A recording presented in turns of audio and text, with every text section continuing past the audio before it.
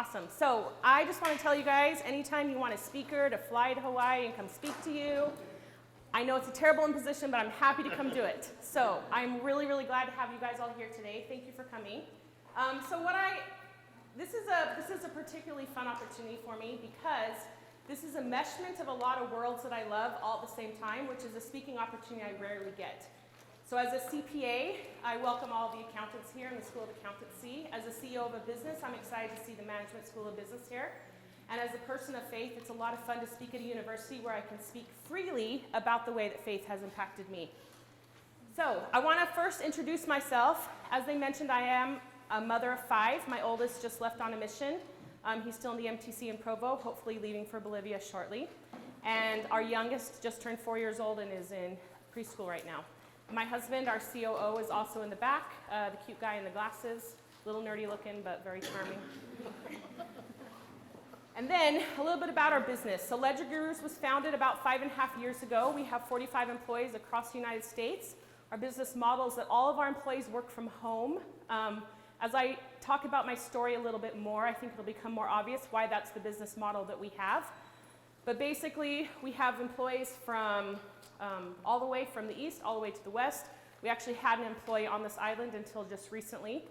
And our business model is to hire accountants who want to work from home. So any of you who are looking for a future career path, consider that in mind also. So this is a quote that came from Henry B. Eyring. And he said, or actually he said that his mother would tell him, if you are on the right path, it will always be uphill. So I feel like for the majority of my life, I didn't feel like I experienced a whole lot of really significant trials. And then all of a sudden, when I hit about 26 years old, they came run after the other, after the other, after the other. And never at any point in my life have I experienced such significant growth as a human being or as a person as I have when I was facing significant trials. So I believe this to be true. Like if you are on the right path, it will be an uphill battle. And that's what I want to talk about today. I want to talk about how the trials that I've faced have put me in situations where I had continual decisions that I had to decide whether I was going to act in courage or not. And it has been those courageous decisions that have completely transformed my life. So, I want to weave a story for you guys first of some twisty paths that got me to where I am right now.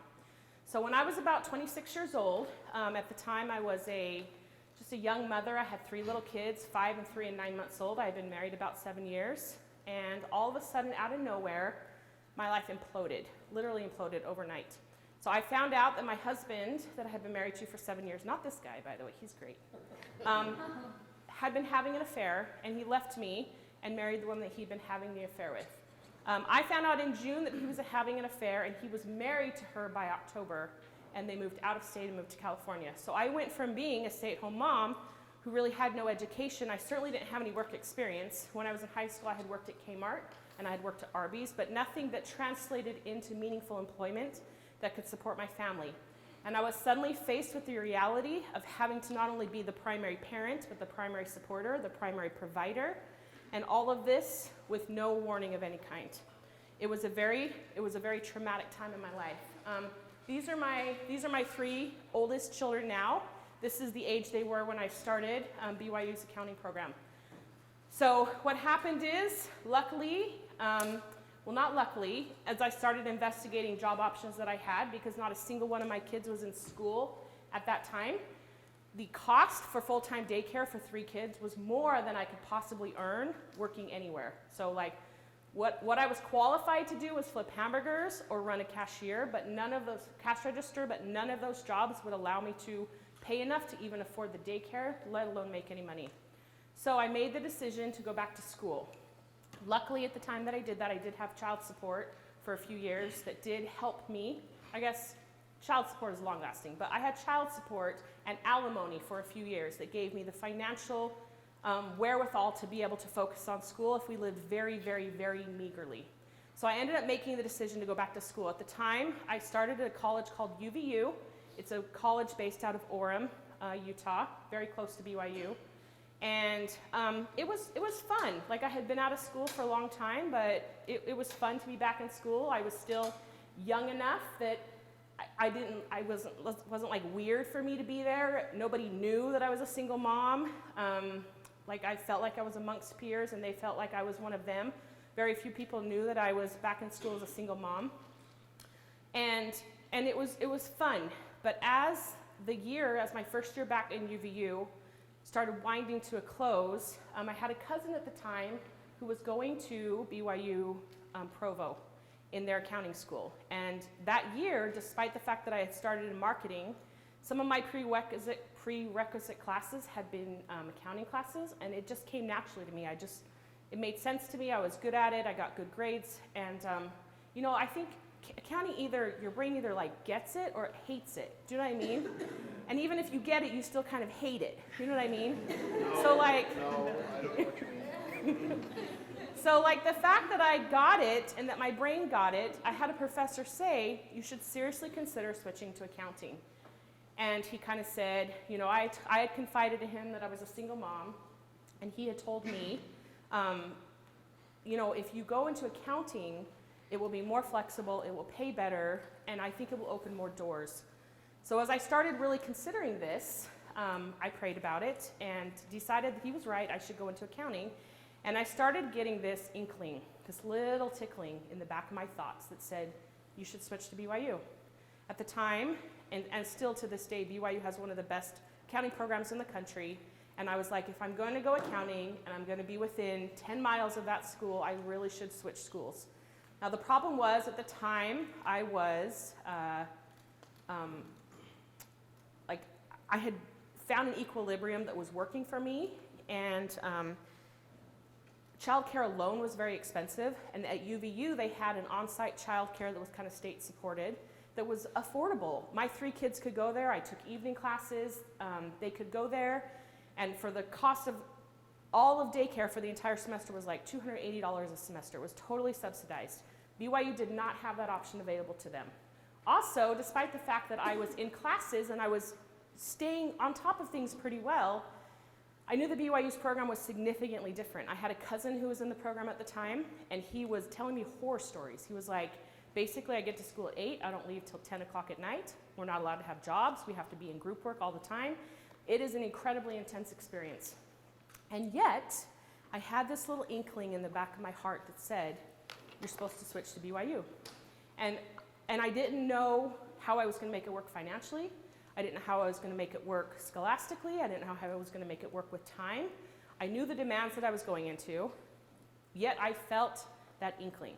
So while I talk to you guys about my story today, I want you to think about times in your own life, maybe it's happening to you right now, where you're being prompted to do something that you're not inclined to do, like it doesn't make sense, your heart doesn't want to do it, or it's not something that's been on your roadmap your whole life, but yet you feel prompted to do things, right? Like God's not going to scream at you to do something.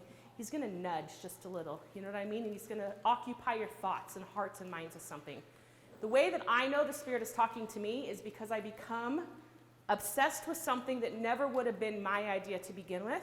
And this is one of the times when that happened to me, is I became really focused on the idea of going to school at BYU, despite the fact that nothing made sense. So I did end up switching over to BYU. What I didn't know at the time that I made the decision to switch to BYU was that, first of all, they had a single-parent scholarship there that I did not know about at the time that I switched over. That single-parent scholarship covered my daycare. I was also put in really, really great groups that were very understanding of my circumstances. They would come to my house to study after I put my kids in bed, and it made it possible for me to accomplish what I needed to do.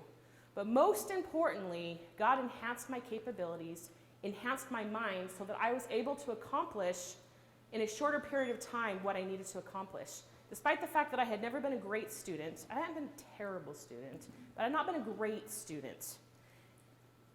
I was able to be a great student while I was at BYU. So I would go to school from 8 to 12. Then I would have 2 hours after school where I would study with groups or do group work or whatever else I needed to do.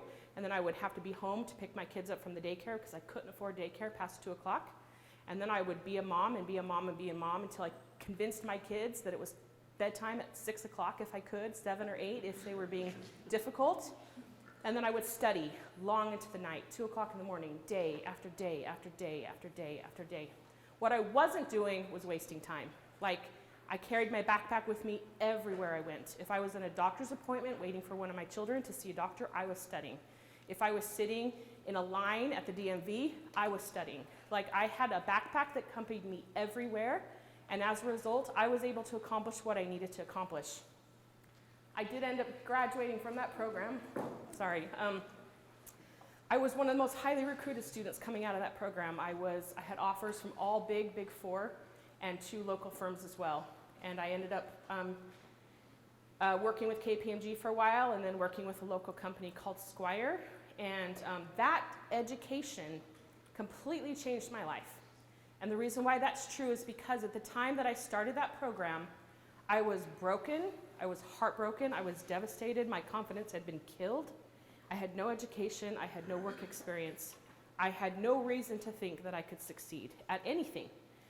And that program, by being in a world-class program, by associating with people that were world-class professors and world-class students and being recruited by world-class companies, it completely changed the way that I saw myself in every way. And the doors that opened as a result of that decision to move to switch to BYU cannot even be measured in my life.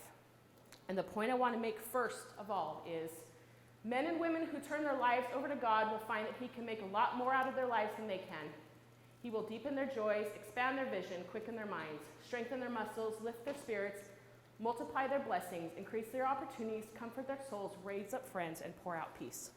This is something I have a testimony of because I lived this personally. I made a decision to switch to a university at a time that did not make sense. Not financially, not time-wise, not my intellectual capacity, none of it. Yet I felt prompted to act on something that I acted on. So the first point I want to make in this discussion about how courageous decisions can change your life is to be courageous in change. When you are faced with situations that propel you out of your comfort zone, face that experience courageously, because God will not abandon you in the things that He asked you to do. And when I was asked to switch schools, it was not, I did not have all the answers to everything. I didn't know how the finances would work out.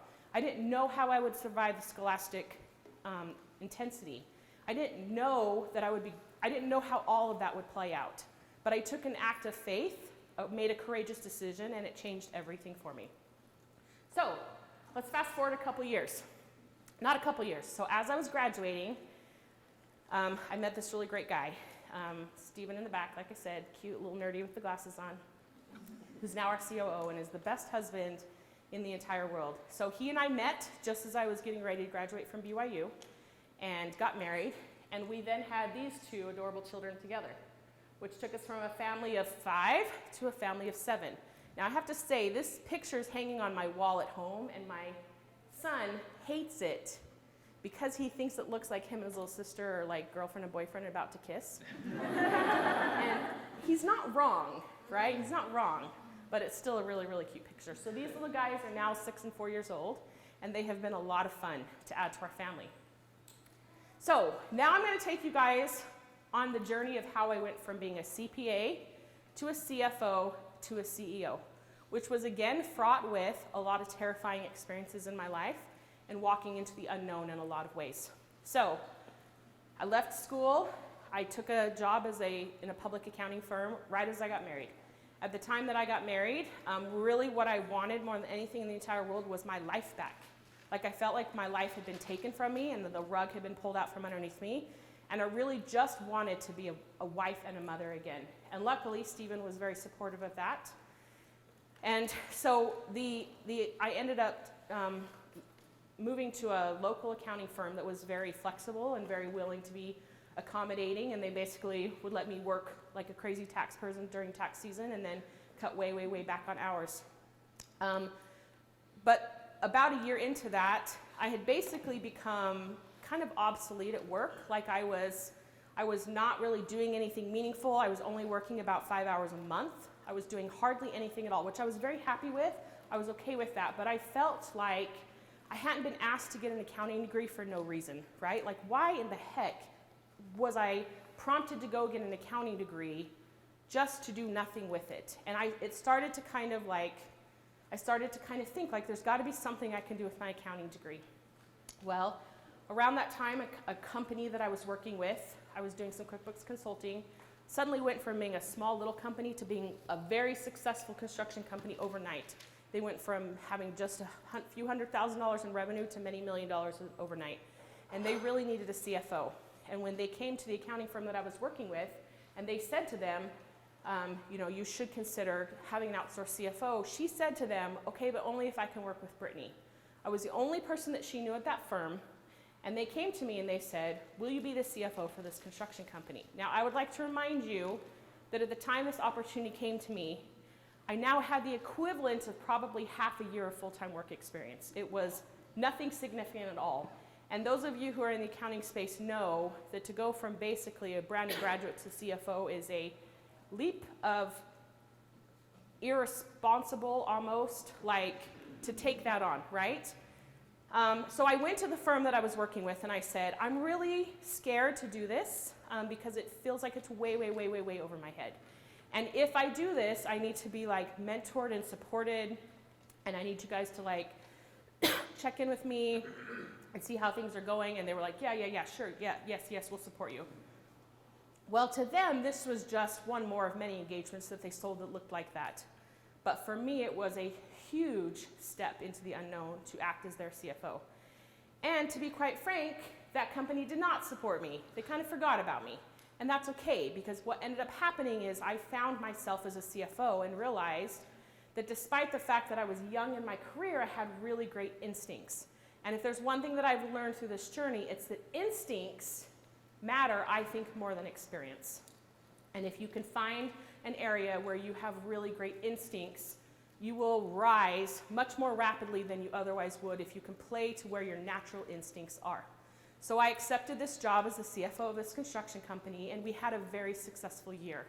And at the end of that year, what that year did for me is it gave me confidence. It gave me confidence in myself as an accountant so that I no longer felt like I needed the support of an accounting firm behind me, which was really important for what came next.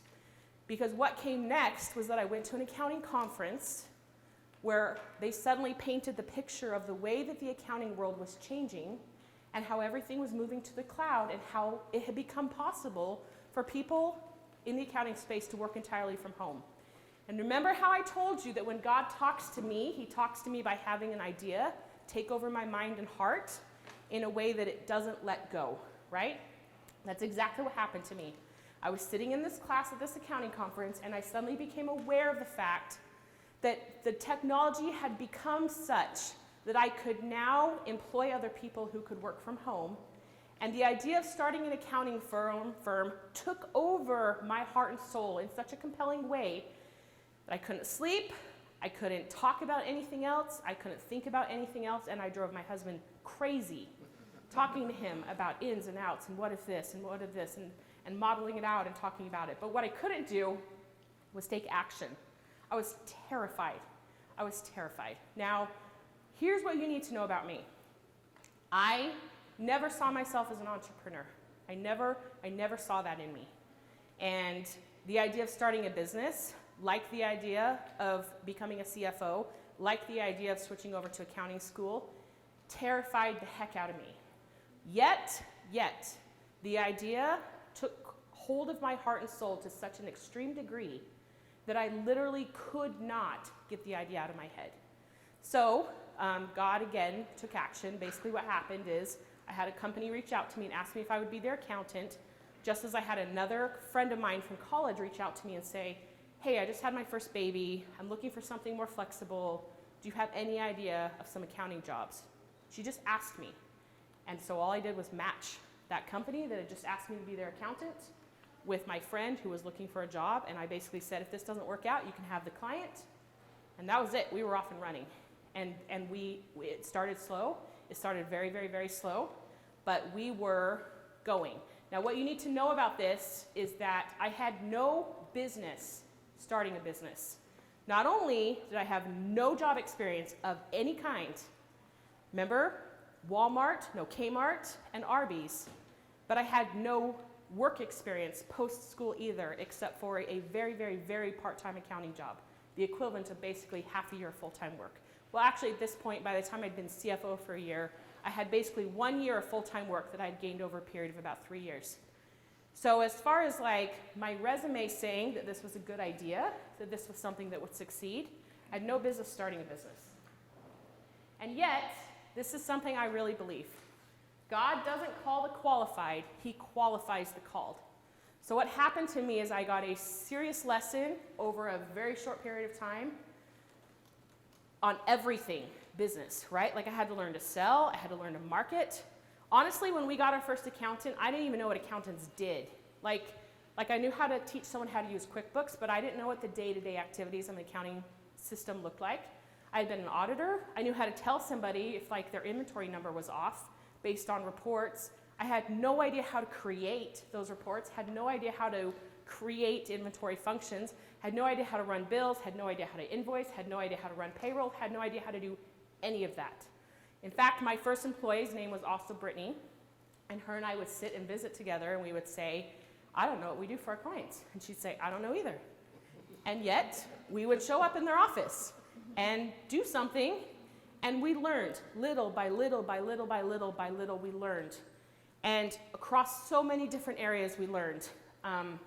But it was a very lonely road for the first couple of years. I was continually looking for somebody who wanted to partner with me.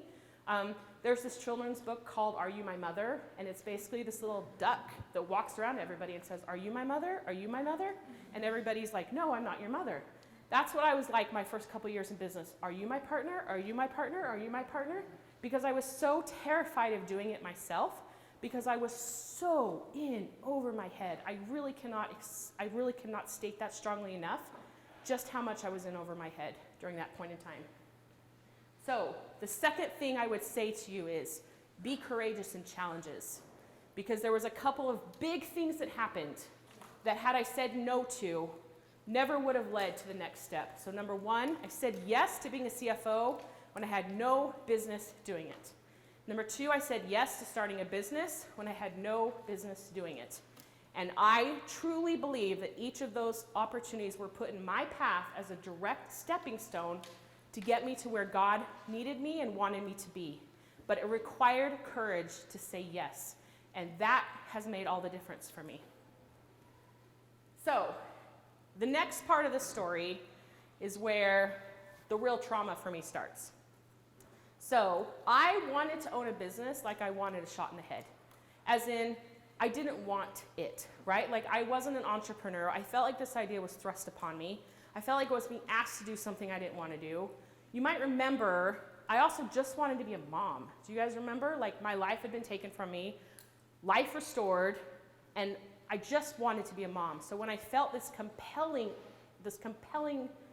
like push to start a business, it was kind of against my will, quite honestly. Like I was inspired by what I felt like we could do for our employees. And because of my history as a single mom, I was deeply touched by the idea of being able to employ people who worked from home. But I was not excited about the idea of the responsibility of being a business owner. And about 2 years into this journey, I was completely and totally overwhelmed. And when I say completely and totally overwhelmed, I mean I was waking my husband up every night with stress nightmares because I was so stressed out. Because what happens is, if you have a personality like mine, and let me tell you a little bit about my personality. I'm an idea person, and I'm a momentum creator, and I am a courageously jump in on whatever harebrained idea I have person. But I'm not an execution person, I'm not an operation person, I'm not a structure or a process person. Which means that I find myself in a situation where I have 15 employees and a handful of clients, and it feels like a big house of cards that's going to come down all around me. And I was stressed out. That's where my health was destroyed. That's where my fears all went through the roof. Like, all of it was an incredibly, incredibly, incredibly difficult experience. And I wasn't happy about it at all. So, basically, what happened was my husband and I decided to go all in. And what I mean by that is, he had a really great job. He was a senior director of product marketing for a technology company in Utah. It was paying really well. His paycheck made it possible that I could be like, well, owning a business is really hard. Doing this really stinks.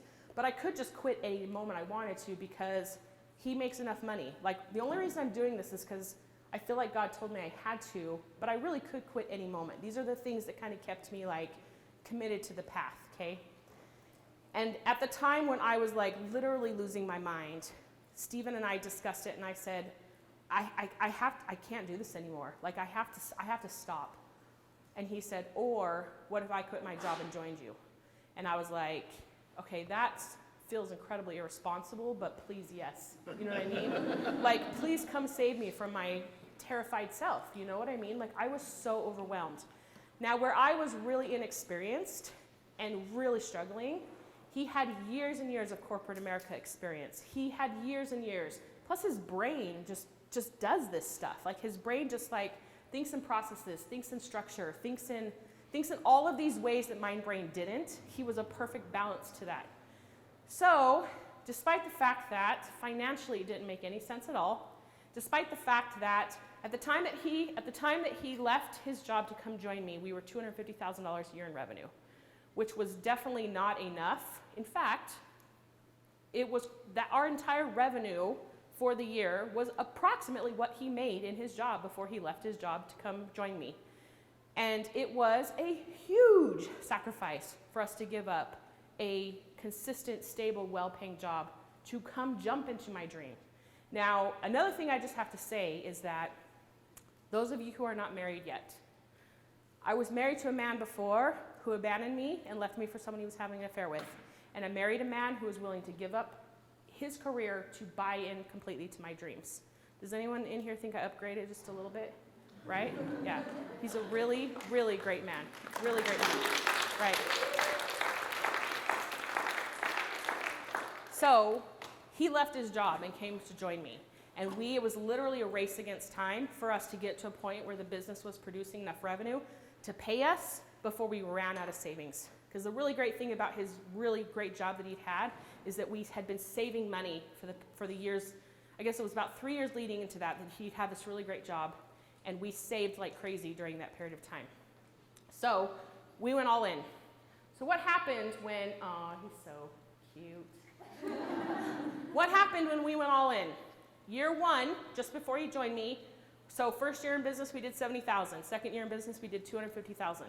Third year in business, first year that Stephen was involved, $615,000. Fourth year in business, $1.1 million. So we basically went like that because of his involvement in the business. He created true scalability within our organization. We went from 15 employees to 45. We completely transformed every aspect of the business. We became truly scalable in every way, and we became a serious force to be reckoned with in the accounting world. Now, I don't know, so just so you guys know, accountants by nature, this is not a slam at all on accountants, because I am one and I get it, okay?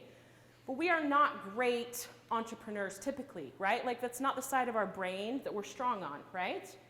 So most accounting firms do not experience growth like that. In fact, it put us in a very small class of people, a very small class of business owners, as far as accounting firms go, that were on this rapid growth curve that completely set us apart from our competition in a lot of ways. And so his involvement in the business was a complete and total game changer for our organization, for our employees, for our clients, for our accounting community that we were part in, for our business in every way. Now, at the time that he joined the business, it was a fairly unvetted model, right? Like, it's not like I'd gotten to this point all by myself and then been like, oh yeah, you should come over and join what I'm doing. Like, no, I was like, I actually think I'm gonna lose my mind, and I'm barely making any money at all right now, and my stress level is through the roof, but yeah, you should come join what I'm doing, right? So he completely changed the trajectory of our business by getting involved. And as a result of that, like, this was one of our recent all hands meetings. This isn't even all of our employees, but every single one of our employees work from home. When we have company meetings, this is what it looks like.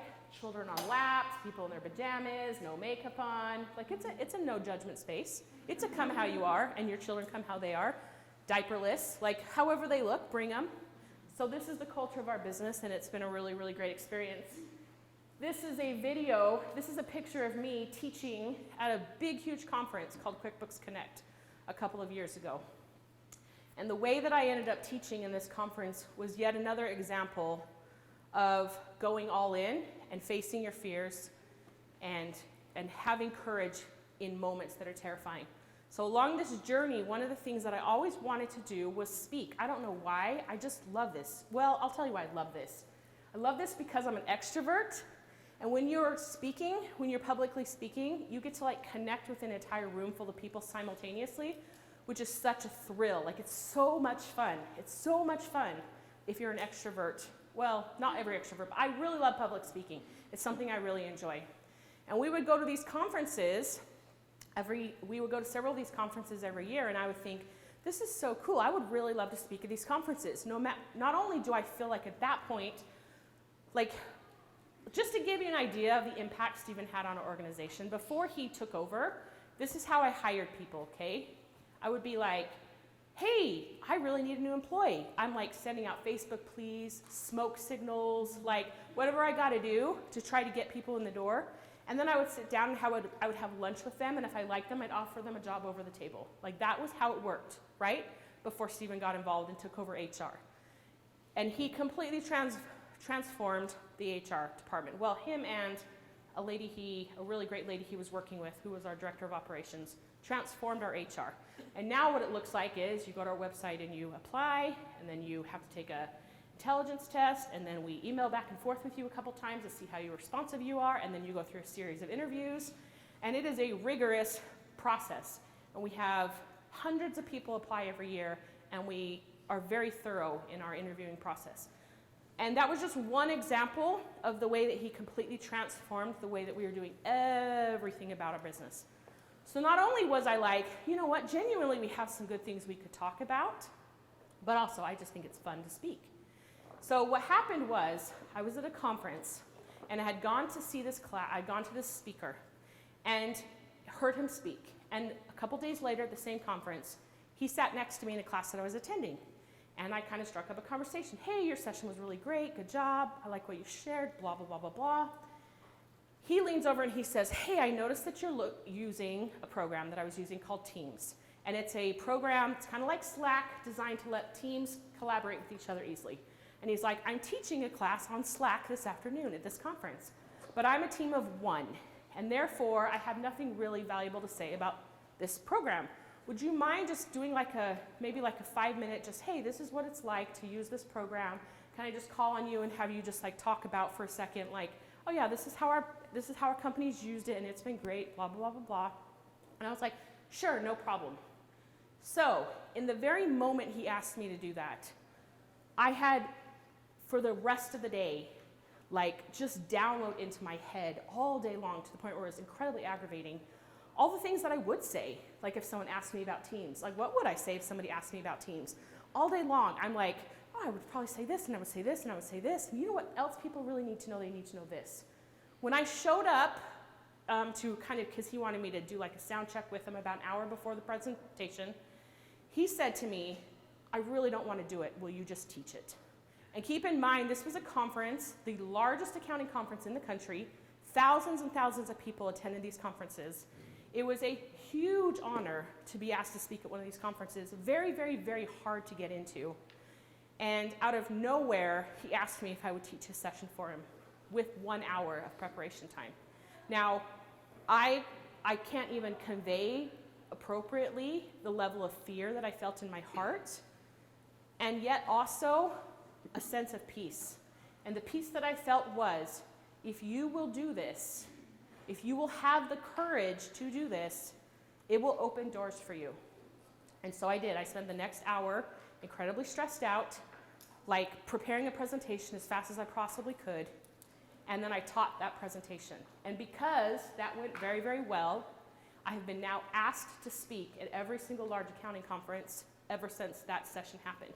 And it was because of an opportunity that was given to me and a moment of courage to say yes, right? You guys see the theme in this a little bit, right? Like, hopefully you're starting to catch on that what I really want to talk about is how small moments of courage have changed the trajectory of my life. Some of them are moments, like literally just say yes and an hour later have to do it.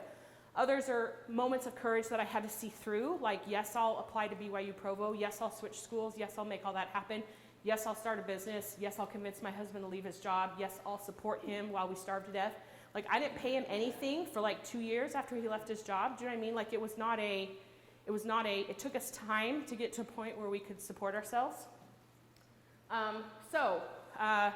I want to tell you guys this story. So I have this ring on my finger. You guys probably can't see it very well, but basically it's a ring that I had made the year our company hit $1 million in revenue. And what it has on it is it has a picture of a ship on it. If anyone would like to see this ring, I'd be happy to show you afterwards.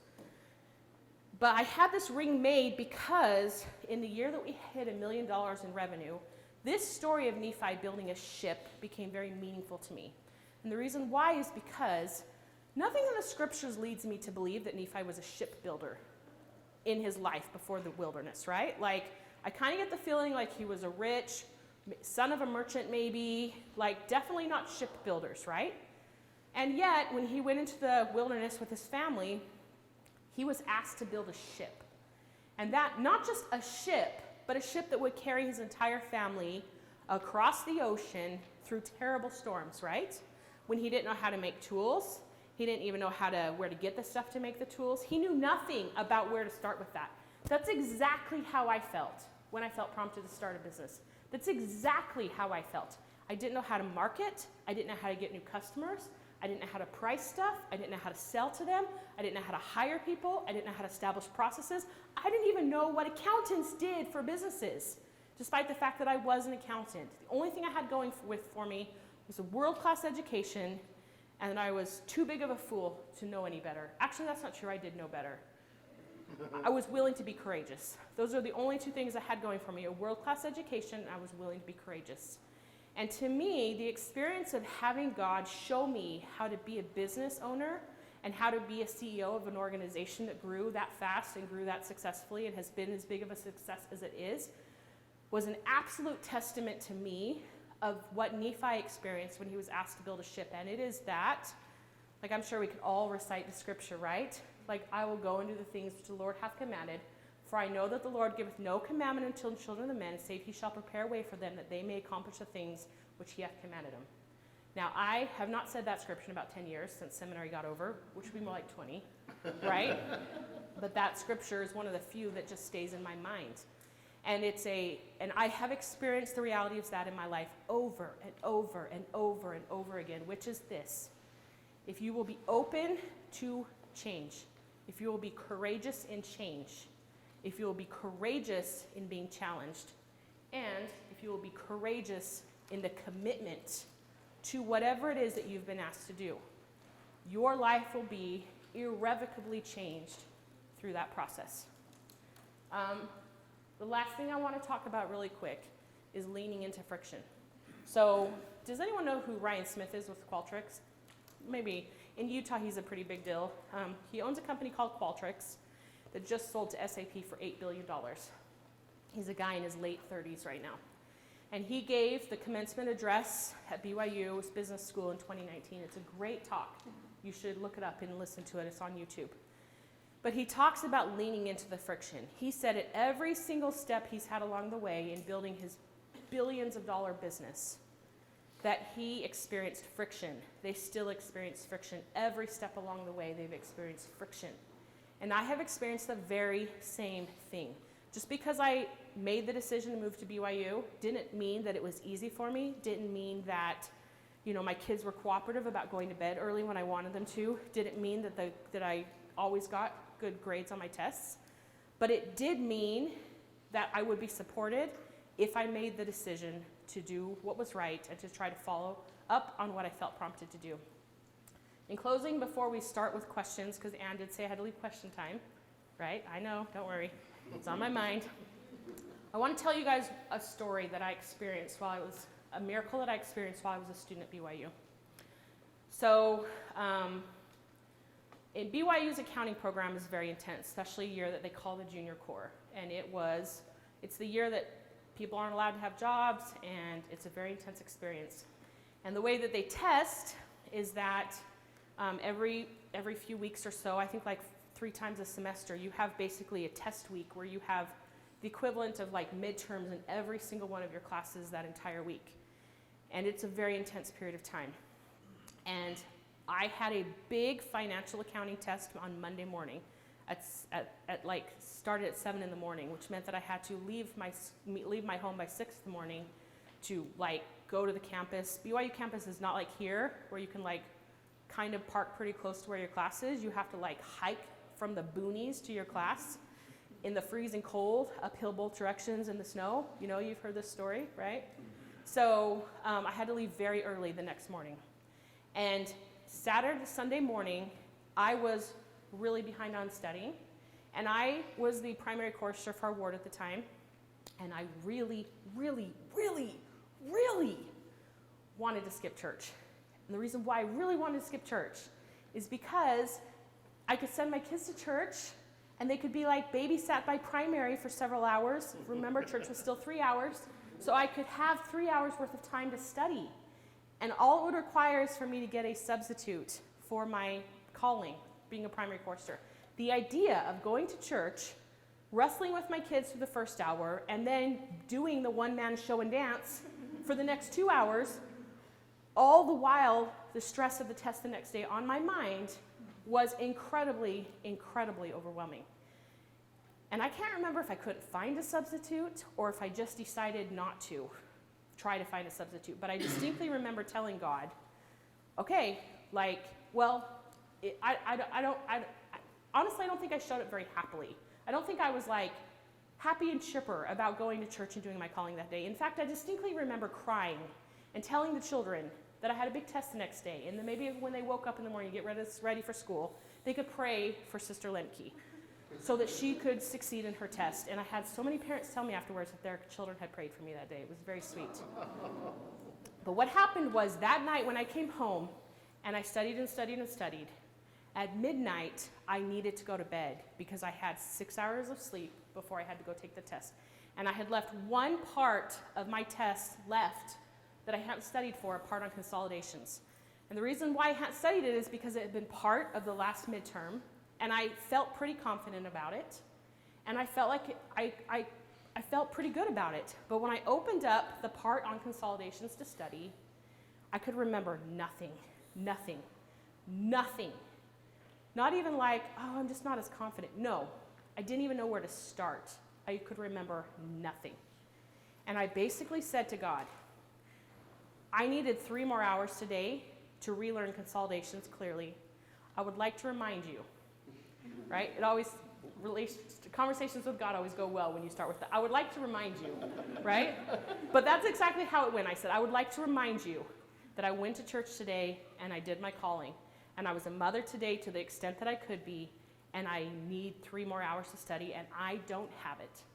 So I'm going to go to bed right now, and I'm going to trust that you bring back to my remembrance something that I know is there because I've been tested on it once before, that you will bring back to my remembrance this part that I need to know. And I went to bed, and the next morning I nailed consolidations, and I moved on to the master's program, in my program. And it was yet another example in my life of how God showed up for me when I was on the path that he wanted me to be on. Even though when you're on the right path, it will always feel uphill. And even though when you're on the right path, you will have to fight friction constantly, I testify to you that if you are on the right path and you are courageous in your commitment, you're courageous in being challenged, and you're courageous about leaning into change, that he will show up for you. And I say these things in the name of Christ. Amen.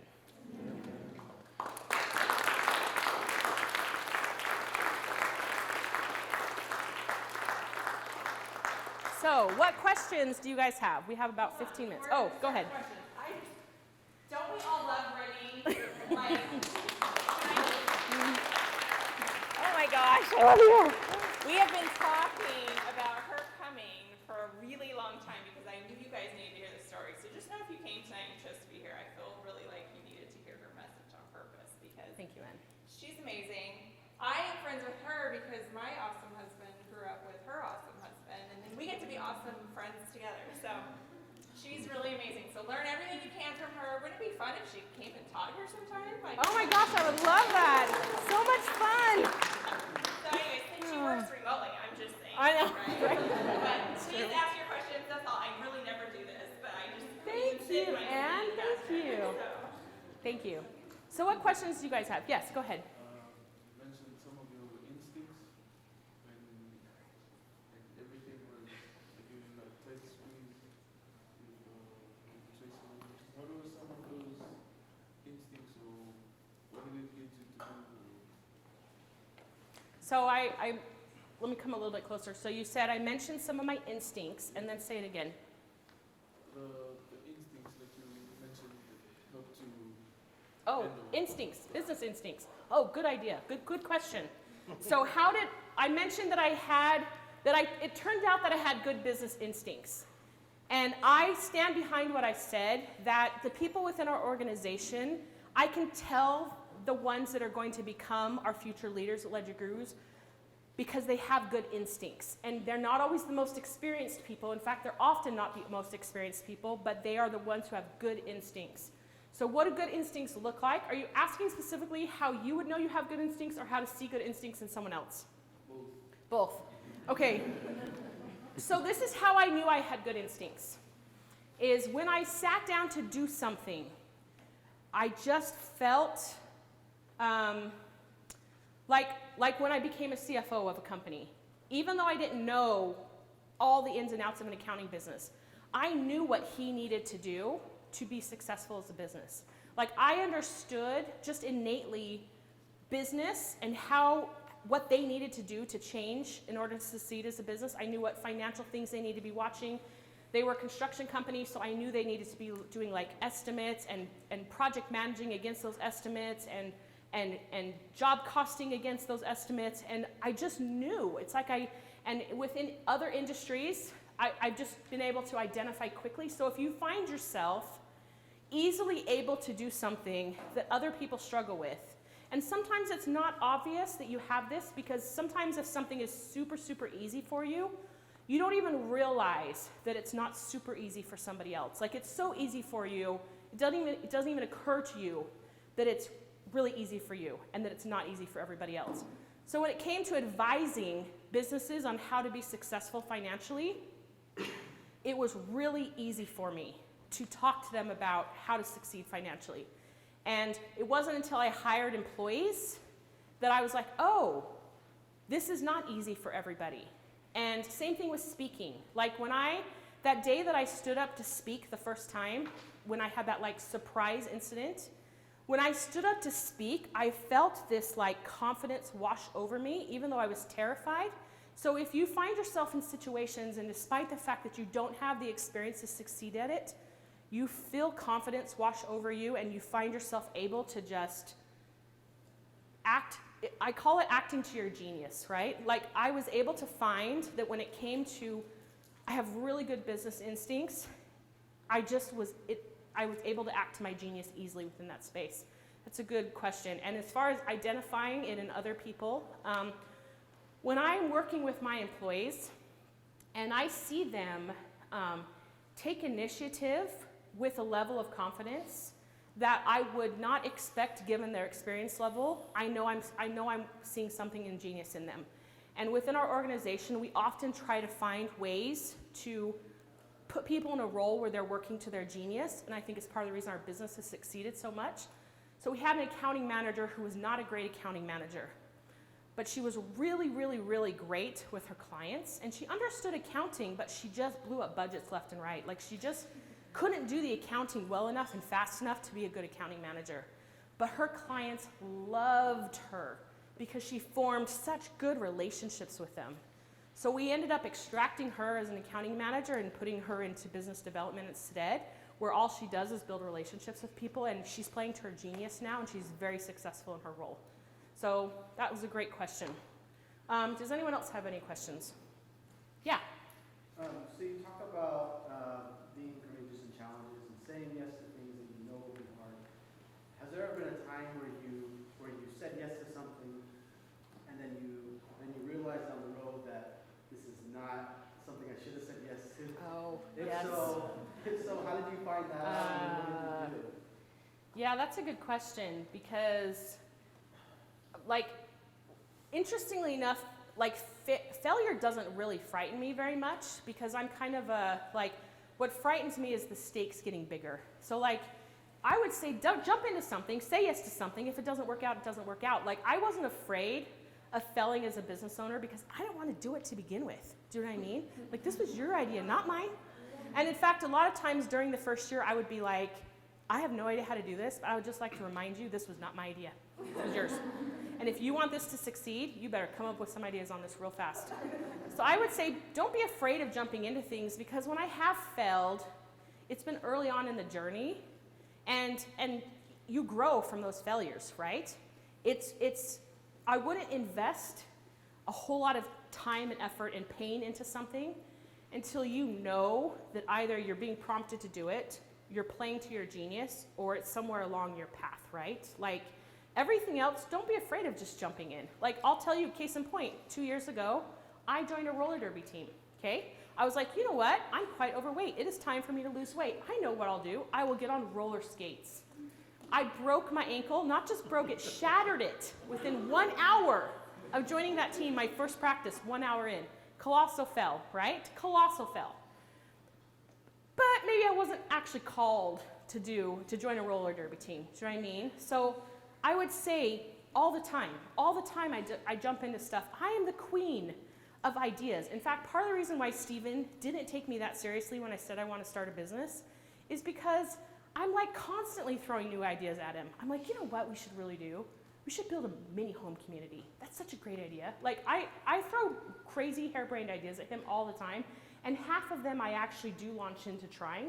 Like, I think that's what makes me a great entrepreneur, is that I jump into stuff all the time. I had to fire half of my early employees because I was so bad at hiring. And they were my friends. Do you know what I mean? Like, yes, absolutely, I have failed over and over and over again. But failing when the stakes are small is not that big of a deal. What scares me is having the stakes grow and grow and grow. That's what scares me. But even then, I've heard of people fail all the time when the stakes are high, and it transformed their life, right? Yeah, good question. Yeah, speak up, because I'm hard of hearing, I think. Not just you, like, I just have a hearing problem. Go ahead. How do you know if like your instincts will be the right? Like, how do you know how to trust your instinct or when not to trust? That's a good question. So his question is, how do you know when to trust your instincts and when not to trust your instincts? So I don't trust my instincts per se. I trust what I feel like. I've learned to trust what I feel like Heavenly Father is prompting me to do. So I learn what my gifts are by observing my own performance in different situations. Clearly, I'm not a roller derby genius, right? But when it comes to business, turns out I had some really great instincts. So when it comes to identifying what your own instincts are, or what I would say, identifying where your own genius lies, it's about observing. It's about not being afraid of trying stuff, and then observing how well you perform in different situations, and observing whether or not it's as easy for other people to perform in those same areas. But when it comes to trusting whether or not I should go all in on something, that's usually something that's a God thing for me, where I'm like, I didn't want to start a business.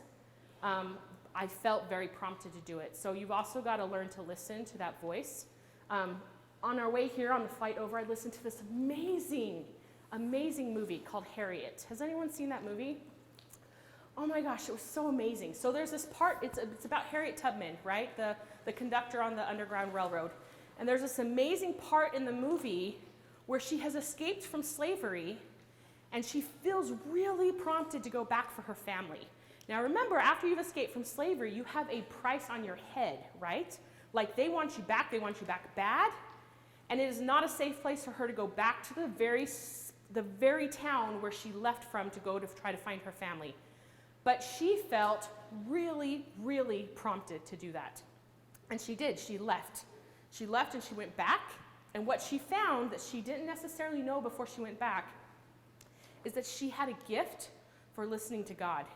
And so she would be going through this field, and all of a sudden she would stop and she would say, this is not the right way for us to go. We're going left instead. And she would go left instead. And as a result, because she had this genius of being able to listen to God, she went back for slaves over and over and over and over again, even after she reached the point where there was like a serious price on her head and where like they would torture her and kill her if they found her, she went back over and over and over again and rescued slaves right out from underneath the nose of their business owner, of their plantation, of their masters, because she had an instinct and a willingness to listen to God, and she recognized that and she put her faith into that, right? So to your question, your instincts, you'll learn your own genius by observing and observing other people, but the things you should really go all in on are the things that you feel prompted to do so on. Yeah. Any other questions? This is fun. This is fun. So fun. Yeah. I apologize. Yeah. So we don't have, we're running out of Okay. time, but we can have questions after. Okay. Posting from you guys. Okay. Thanks for coming, you guys. This is super fun.